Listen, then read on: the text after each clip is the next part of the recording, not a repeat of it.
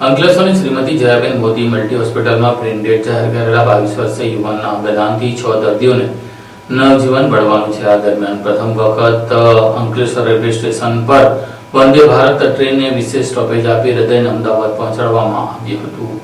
હાંસોડ તાલુકાના અલવા ગામના 22 વર્ષીય અતુલ ભાવેશ પટેલને માર્ગ અકસ્માતમાં ગંભીર ઇજા થતા સારવાર માટે અંકલેશ્વરની જયાબેન મોદી મલ્ટી સ્પેશિયાલિટી હોસ્પિટલમાં દાખલ કરવામાં આવ્યા। સારવાર દરમિયાન તબીબોએ તેમને બ્રેન્ડેડ જાહેર કર્યા। આ દુઃખદ ક્ષણમાં પરિવારજનોએ ડોનેટ લાઈફના સહયોગથી હૃદય, લીવર, બંને કિડની, સ્વાદુપિંડ અને ચક્ષુઓનું દાન કરવાનો માનવતાભર્યો નિર્ણય લીધો।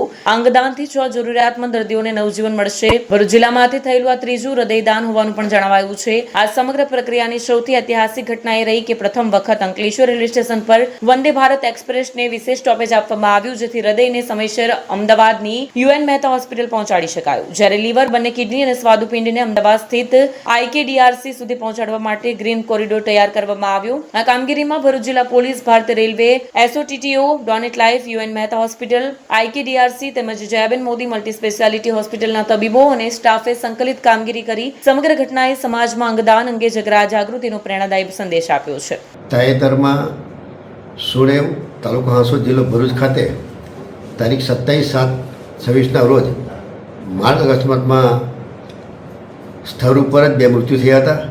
એ પૈકી ત્રીજા અલવા ગામના નવયુવાન એવા અતુલભાઈ પટેલનું બ્રેન ડેમેજ થતાં સારવાર દરમિયાન કરુણ મૃત્યુ થયું હતું।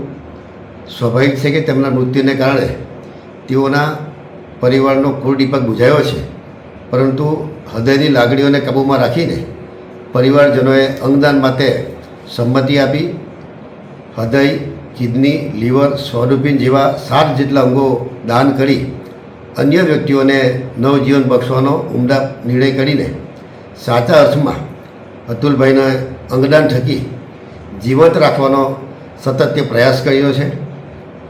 પરિવારની ભાવનાને હું બિરદાવું છું અને સ્વર્ગસ્થ અતુલભાઈના આત્માને પરમ કૃપાળુ પરમાત્મા ચિર શાંતિ પ્રદાન કરે તે માટે પ્રભુને પ્રાર્થના કરું છું। સાથે જ શ્રીમતી જયાબેન મોદી હોસ્પિટલના અંકલેશ્વરનો સ્ટાફ તેમજ પદ્મશ્રી નિલેશ માંદેલવાલાને પણ હું વંદન કરું છું।